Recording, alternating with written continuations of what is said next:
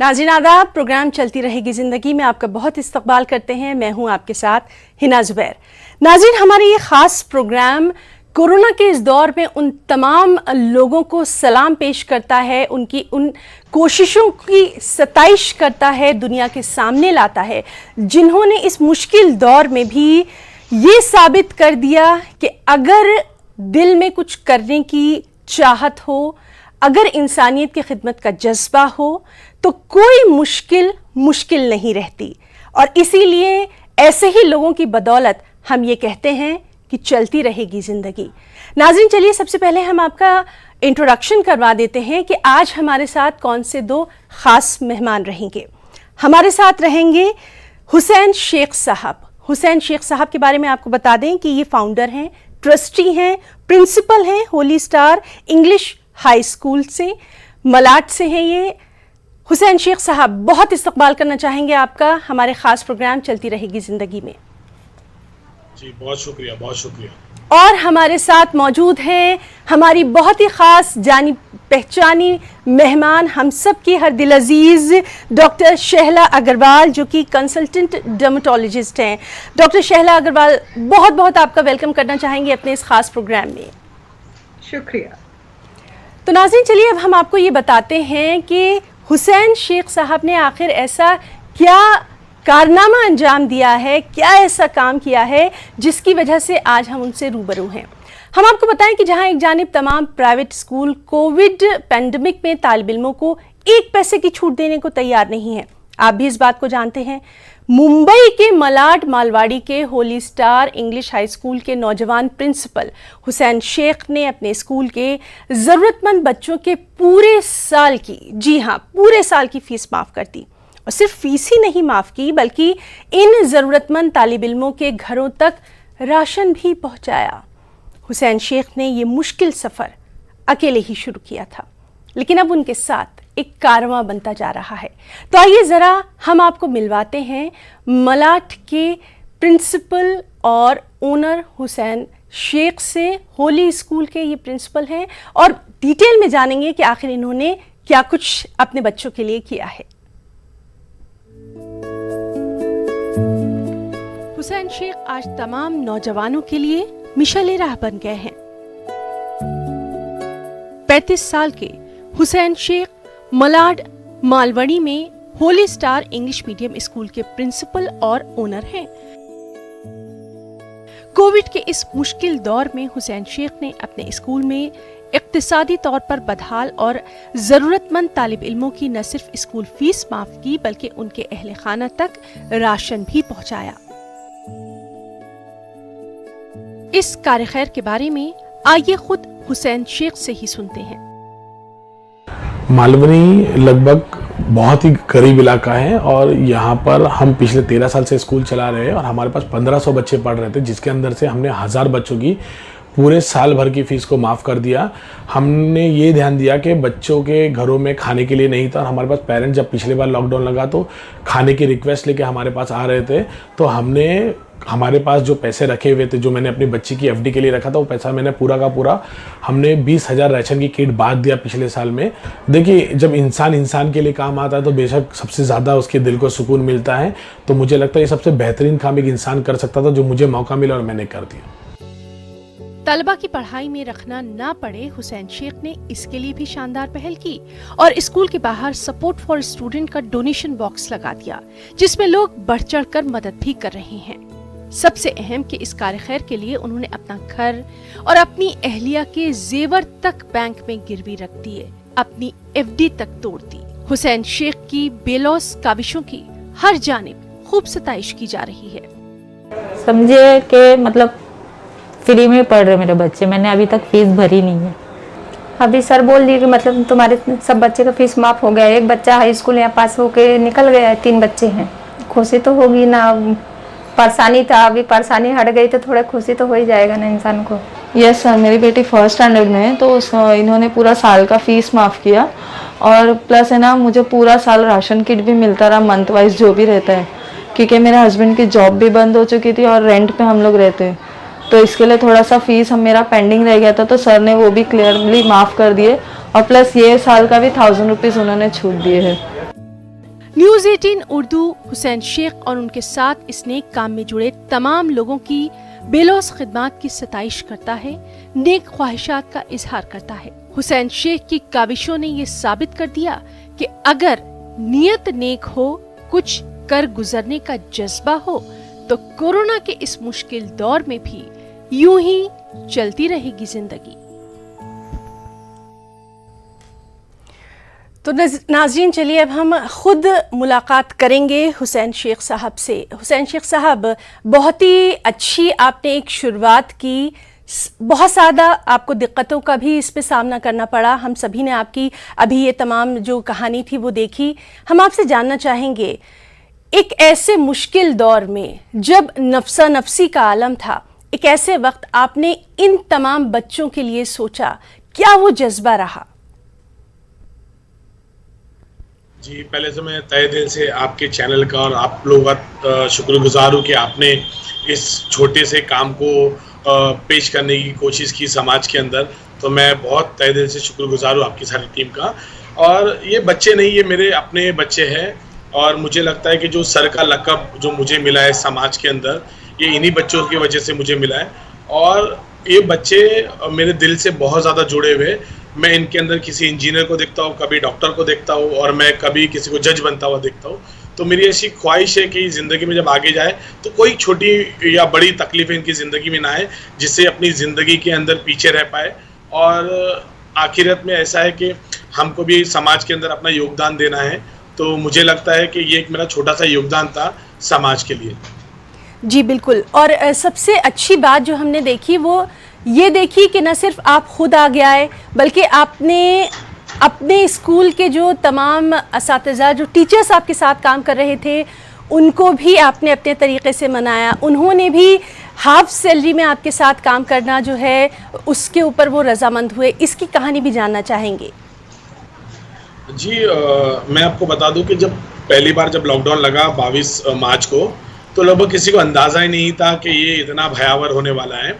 और जो वो टीचरें ही, मैं बता सकता हूँ कि मेरी 80% स्ट्रेंथ रही है इस पूरे काम के अंदर। जब लोग अपने घर से बाहर नहीं निकल रहे थे और एक दूसरे को मदद करने से डर रहे थे, छूने से डर रहे थे, उनको ऐसा लग रहा था कि कोरोना उनको हो जाएगा किसी चीज़ों से, उस दौर में मैं इन टीचरों की तहे दिल से शुक्रगुजार हूँ कि ये लोग बढ़ चढ़ के हिस्सा लिए।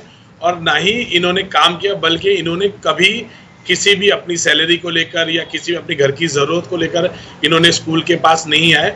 इनका जो जज्बा था वो बहुत सराहनीय है। और मुझे लगता है जब हम जैसे लोग ऐसा कुछ काम करते हैं तो बिना इन टीचरों के वजह से, बिना इन टीचरों के इस तरीके के बड़े काम नहीं हो सकते। इन टीचरों ने ना ही बल्कि राशन पैकेजेस बनाया, डिलीवरी भी किया, पेरेंट्स को कॉल किया, उनको बुला के सोशल डिस्टेंसिंग के अंदर लाइन मेंटेन किया, उनको राशंस दिया, प्लस फिर कॉल करके वापस से, ये एक रेगुलर प्रोसीजर रहा जो पूरे साल भर चलता रहा।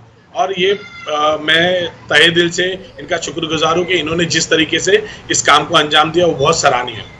जी बिल्कुल। और हम अपने नाज़रीन से भी ये चाहेंगे कि अगर वो हमसे कुछ पूछना चाहते हैं, हमारे साथ हुसैन शेख जैसे इतने अच्छे शख्स मौजूद हैं, इनसे कुछ पूछना चाहते हैं तो आप हमें ज़रूर कॉल कर सकते हैं। आप हिम्मत अफजाई कर सकते हैं, हौसला अफजाई कर सकते हैं, ताकि इन जैसे लोग जो हैं वो और समाज में सामने आए। सर, आपसे ये भी जानना चाहेंगे, मैं भी अब आपको सर ही कहूँगी, हम आपसे ये जानना चाहेंगे कि जिस तरह से आपने अपने स्कूल के बाहर एक बॉक्स भी रखा, और बहुत खुशी की बात है कि लोगों ने उसमें अपना जो हिस्सा है, योगदान है, वो भी बहुत खुशी दिया। तो यानी एक छोटी सी कोशिश थी, अब ये कहीं ना कहीं सागर में तब्दील होती जा रही है। मैं इस बारे में बताना चाहूँगा कि जैसे ही काफ़ी परेशान, गरीब और ज़रूरतमंद लोग इस इलाके में रहते हैं, साथ साथ में कई ऐसे भी लोग हैं जो अपने आप में बहुत खुददार है, और मैं उनको इस तरीके से देखना चाहूँगा कि मतलब वो सामने से चल कर आए। और जो परेशान थे उन्होंने कहा कि सर आप एक काम किया, आप इतने बच्चों की फ़ीस माफ़ कर रहे हो, हमारे बच्चों की फ़ीस मत माफ़ करो, हम अपनी तरफ से पैसा स्कूल को भरना चाहते हैं। नहीं तो हमारा मकसद पूरी की पूरी फ़ीस वेव करना था, लेकिन पेरेंट्स खुद हमको कहे कि सर नहीं, मैं पैसे भरने की ताकत रखता हूँ, तो अब मेरे बच्चे की फीस मत माफ करो, मेरे जगह पे कोई और जरूरतमंद बच्चा है तो अब उसकी फीस माफ कर दो। और उसके साथ साथ में कुछ ऐसे भी पेरेंट्स हमारे पास चल कर आए जिन लोगों ने ये कहा कि सर अगर आपको ऐसा लगता है कि कोई बच्चा जरूरतमंद है तो आप मेरे से उस बच्चे की महीने की फीस या यूनिफॉर्म का पैसा या उसकी बुक्स वगैरह का पैसा मुझसे ले लो। तो जब ऐसे पेरेंट्स के सोल्यूशंस आने लगे तो मुझे ऐसा लगा कि मतलब समाज के अंदर ऐसे भी लोग हैं जो इस वक्त के अंदर एक दूसरे के साथ खड़े रहना चाहते हैं। तो एक सजेशन मुझे पेरेंट्स से ही ये मिला कि सर हम एक बॉक्स लगाते हैं जिससे जो पेरेंट्स देना चाहता है, हर कोई आपसे तो कहेगा नहीं आकर, तो अगर जो आकर मदद करना चाहता है तो आकर अपनी मर्जी से वो बॉक्स के अंदर डोनेट करके चले जाएगा। जी, बहुत ही बेहतरीन आपकी कोशिश है और हम अपने चैनल के जरिए इसी चीज़ को अपने तमाम नाज़रीन के सामने ला रहे हैं कि छोटी सी कोशिश से आप शुरू करिए, स्टार्ट करिए, फिर देखिए कि समाज में तब्दीली ज़रूर होती है। हमारे साथ डॉक्टर शहला अग्रवाल भी मौजूद हैं। डॉक्टर शहला, हम बच्चों की जब बात कर ही रहे हैं और थर्ड वेव की भी लगातार हमें आहट सुनने को मिल रही है, बहुत सारी प्रिकॉशंस की बात की जा रही है। चूँकि आप हमारे साथ मौजूद हैं तो हम ये आपसे जानना चाहेंगे कि पेरेंट्स के लिए, वालिदैन के लिए किस तरह की एहतियात वो करें। ख़ास तौर से हम उन बच्चों की बात कर रहे हैं जो कि अभी छोटे हैं, 5 या 6 साल के हैं, जो कि अपनी बात नहीं कह पाते। किस तरह की एहतियात बहुत ज़रूरी है?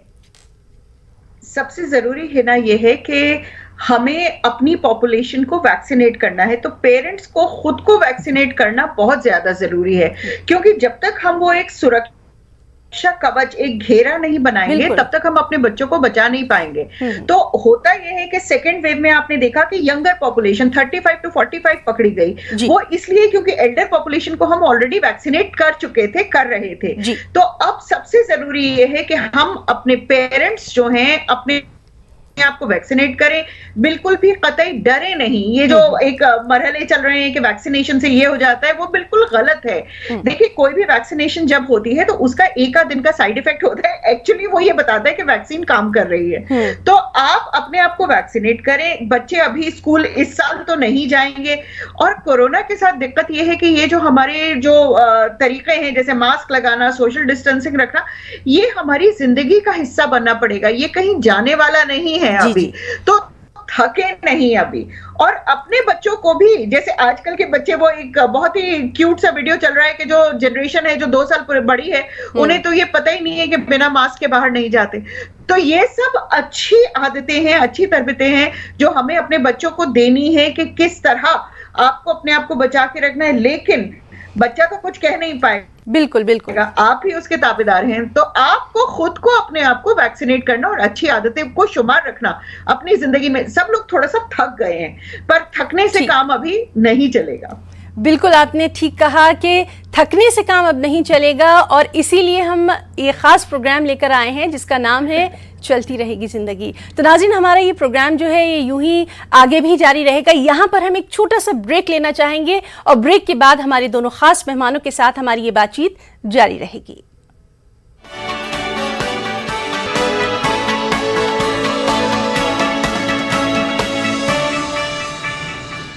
तो नाज़रीन, चलती रहेगी ज़िंदगी में एक बार फिर से आपका इस्तकबाल करते हैं। हमारे साथ 2 बहुत ही ख़ास मेहमान मौजूद हैं। चलिए फौरी उनका रुख कर लेते हैं। अब हम एक बार फिर से हुसैन शेख साहब की तरफ जाना चाहेंगे। सर, आपसे जानना चाहेंगे, इस सफ़र में आप अकेले ही चले थे, लेकिन फिर हमने ये भी देखा कि किस तरह से आपकी जो वाइफ हैं, आपकी अहलिया, उन्होंने अपने जेवर तक आपके लिए किस तरह से लोगों की मदद की जाए उसके लिए गिरवी रख दिए। जबकि एक औरत के लिए जेवर बहुत अजीज होते हैं, लेकिन कहीं ना कहीं आपको एक मॉरल सपोर्ट मिला, आपको एक सपोर्ट मिला अपनी वाइफ का भी। और आज इस प्रोग्राम में मैं ज़रूर चाहूँगी कि अपने घर वालों का भी आप ज़रूर जिक्र करें, जिसकी वजह से आपकी हिम्मत बढ़ती रही। एक छोटा सा मैं एक बात बताना चाहूँगा कि लगभग मेरी शादी को लगभग 8 साल हो गए थे, और हम बच्चे का इंतज़ार कर रहे थे। तो मई की मंथ में बच्ची एक हमारे पास गिफ्ट आने वाली थी, और लगभग उससे 3 महीने 2 महीने पहले जब कोरोना लग गया तो हमने ना हमारी बच्ची के लिए बहुत सपने सजाए थे कि हमने सोचा कि उसको जब बड़ी होगी तब उसको डॉक्टर बनाएगी, और उसके लिए हमने सोचा था हर बर्थडे पे उसके एक अमाउंट होगा जो हम एफडी करेंगे। जी जी जी। और हमने सोचा था जब वो डॉक्टर की तरफ जाएगी तब काफी पैसे लगेंगे, तो हर साल कुछ पैसे जमा करते करते जब वो अपना ग्रेजुएशन कंप्लीट करके मेडिकल फील्ड में जाएगी तो उस वक्त जो पैसे लगेंगे तो हम ये जमा करते हुए जाएंगे। लेकिन उससे पहले ही ये जब कोरोना का दौर आ गया तो उस वक्त हमने सोचा कि चलो ठीक है, क्योंकि किसी को एहसास नहीं था कि इतना बड़ा होने वाला है ये कोरोना पेंडेमिक।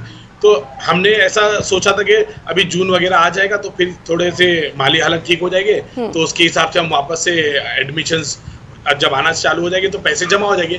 तो हमने वो क्या, उस पैसे को ना पहले शुरुआत में, जैसे हमारे पास पेरेंट्स आने लगे लॉकडाउन में, सर थोड़ी घर में परेशानी है राशंस के लिए या दवाई के लिए या गैस के बाटले के लिए, तो हम थोड़े थोड़े कुछ लोगों को हम मदद करते गए। लेकिन जैसे देखे तो ये रिक्वेस्ट बढ़ते जा रही थी। बिल्कुल। तो हमने जब इसका जायजा लिया तो हमको ऐसा एहसास हुआ कि वाकई में ये बहुत खौफनाक वक्त आ गया है, जहां पर एक तो एंड ऑफ द मंथ था तो लोगों की जो मंथली पॉकेट थे वो ऑलरेडी खत्म हो चुके थे, तो उनके राशन खत्म के कगार पे थे, तो उनको एक डर महसूस हो गया था कि अभी हमारा क्या। तो लोग यहाँ से पैदल निकलने को तैयार थे अपने गांव जाने के लिए। तो हमने तभी कई पेरेंट्सों से बात की, हमने उनको समझाया कि ठीक है आप होल्ड करो, हम देखते हैं हमारी तरफ से क्या मदद होती है। तो हमने उस वक्त में काफ़ी जो हमारे पास रखी हुई पैसे थे हमने उसको इस्तेमाल करते हुए पेरेंट्स की मदद की। अब जैसे जैसे वक्त गुजरता गया कुछ लोगों ने हमारा साथ भी दिया उसके अंदर। फिर उसके बाद जब ये नया साल आने लगा, जब हम बच्चों से फिर एडमिशन्स की और स्कूल में दाखिले की बात करने लगे, तो हमने देखा कि पेरेंट्स डर रहे हैं स्कूल आने के लिए, क्योंकि उनको लग रहा अगर वो स्कूल आएंगे तो फिर शायद टीचरें उनसे पैसों की बात करेगी और उनसे कुछ पैसे भरवाने की बात करेगी। तो जब ये पेरेंट्स मेरे पास आने लगे कि सर अभी हालात नहीं, आपको पता है पिछले लॉकडाउन से घर में काम नहीं है, भाड़ा पूरा डिपॉजिट खत्म हो गया, भरने को भाड़ा नहीं है। तो फिर मुझे ऐसा लगा कि यार इनके लिए पहली बुनियादी जरूरत तो खाना और छत होगी, ये पढ़ाई कहाँ से करवाएगी अपने बच्चों को। तो हमने ऐसे हमारी टीचर से डिस्कशंस किया कि हम एक काम करते हैं, ये सारा का सारा वेव कर देते ताकि पेरेंट्स का मनोबल बढ़े अपने बच्चों को पढ़ाने के लिए। तो ऐसा आया कि सर अभी इनिशियली कुछ पैसे लगेंगे स्कूल चलाने के लिए, और हमारे कुछ लाइट के बकाए बाकी थे, कुछ लोन्स वगैरह का हमारा बाकी था। तो फिर मैंने अपनी एहलिया से रिक्वेस्ट किया, तो उनके लिए थोड़ा इमोशनल वक्त था। जैसे आपने कहा कि लड़की के लिए उसके शादी के मिले हुए, क्योंकि इनके फादर जो नहीं रहे उन्होंने उनके लिए कुछ दागिने बनाए थे, तो जब वो मुझे दे रहे थे वो थोड़े भावुक थे, पर उनको उस वक्त का उस बात का भी एहसास था कि ऊपर वाले ने उनको खिदमत करने का मौका दिया है अपने बच्चों का और समाज का। तो उनको ऐसा ये भी मैंने एहसास दिलाया कि ऊपर वाले ने ये मौका हर इंसान को दिया है, और हम खुशनसीब इंसानों में से जिनको मौका बहुत अच्छे से हम एक रोल निभा सकते हैं समाज के लिए और अपने बच्चों को आगे बढ़ा सकते हैं। मतलब हम हमारी बच्ची की, एक बच्ची के लिए अगर इतना सोच रहे तो उन हजारों बच्चों के लिए सोचेंगे तो अल्लाह उनके जरिए हो सकता है हमारी बच्ची की जिंदगी में भी बहुत सारे खुशी और बहुत सारी तरक्की ले आ जाएगा। जी, तो ये जब मैंने मेरी वाइफ से मशवरा किया तो उन्होंने इस बात से मुतमईन होकर फिर उन्होंने हमारा साथ इसमें बढ़ चढ़ के दिया, और वाकई में उन्हें कितनी दुआएं मिली होंगी इसका उन्हें खुद भी अंदाज़ा नहीं है। और हमारे इस प्रोग्राम को देखने के बाद भी आपको बहुत सारी दुआएं जो हैं वो इस वक्त भी मिल रही होंगी। हमारे साथ डॉक्टर शहला अग्रवाल भी मौजूद हैं। डॉक्टर शहला, क्योंकि आप डर्मेटोलॉजिस्ट भी हैं तो इस मौके को तो मैं बिल्कुल गंवाना नहीं चाहूँगी। बरसात का मौसम है, ऐसा मौसम है जो कि कहीं ना कहीं हमारी जो स्किन है उसको तकलीफ ज़रूर देता है। और ऐसे में हम ये आजकल क्योंकि कोरोना का दौर भी चल रहा है, छोटी सी भी अगर हमें कहीं खारिश या स्किन में कुछ रैशेस नज़र आते हैं तो हम फौरी तौर पर डर जाते हैं।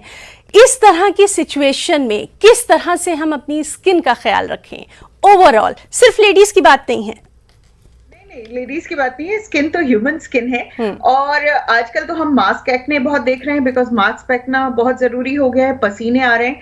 देखिए सिर्फ एक चीज है कि आपको अंदर से अपने आप को पूरा अच्छी तरह हाइड्रेट रखना है, मतलब 8 से 10 ग्लास पानी पीना है और बाहर से स्किन को साफ करते हुए ड्राई रखना है, जिसका मतलब ये है कि मुंह बार बार धुलेगा और जो बॉडी फोल्ड्स हैं, जो बगल है, जांग है, अंडर द ब्रेस्ट है, वहां पर टैल्कम पाउडर लगेगा ताकि वहां पर पसीना इकट्ठा ना हो। और अगर कोई रैश नजर आ रही है तो ओवर द काउंटर जो दवाएं मिलती हैं, एक रिक्वेस्ट है कि प्लीज स्टीरॉयड बेस्ड क्रीम मत लगाइएगा, उसे 2 हफ्ते तक आप इस्तेमाल कर सकते हैं। लेकिन अगर उस 2 हफ्ते में आपको लगा कि आपको आराम नहीं मिल रहा है तो डॉक्टर के पास जाना बहुत जरूरी है। सो 8 से 10 ग्लास पानी, चाहे प्यास लगे या नहीं, है ना, वो पीना बहुत जरूरी है। जी बिल्कुल। और साथ ही साथ बच्चों की चूँकि हम लगातार बात कर रहे हैं, तो बच्चों के लिए कुछ खास आप एहतियात या कुछ खास चीज़ें बताना चाहेंगी? बच्चों को क्योंकि उनकी डिहाइड्रेशन बहुत जल्दी हो जाती है, उनका skin surface area as compare to total mass बहुत ज्यादा होता है। तो पहली बात तो यह है कि ह्यूमिडिटी में उन्हें बाहर ज्यादा ना निकालें। उसके बाद उनके खाने पीने का ध्यान रखें, इस मौसम में हैवी खाना नहीं खाना चाहिए।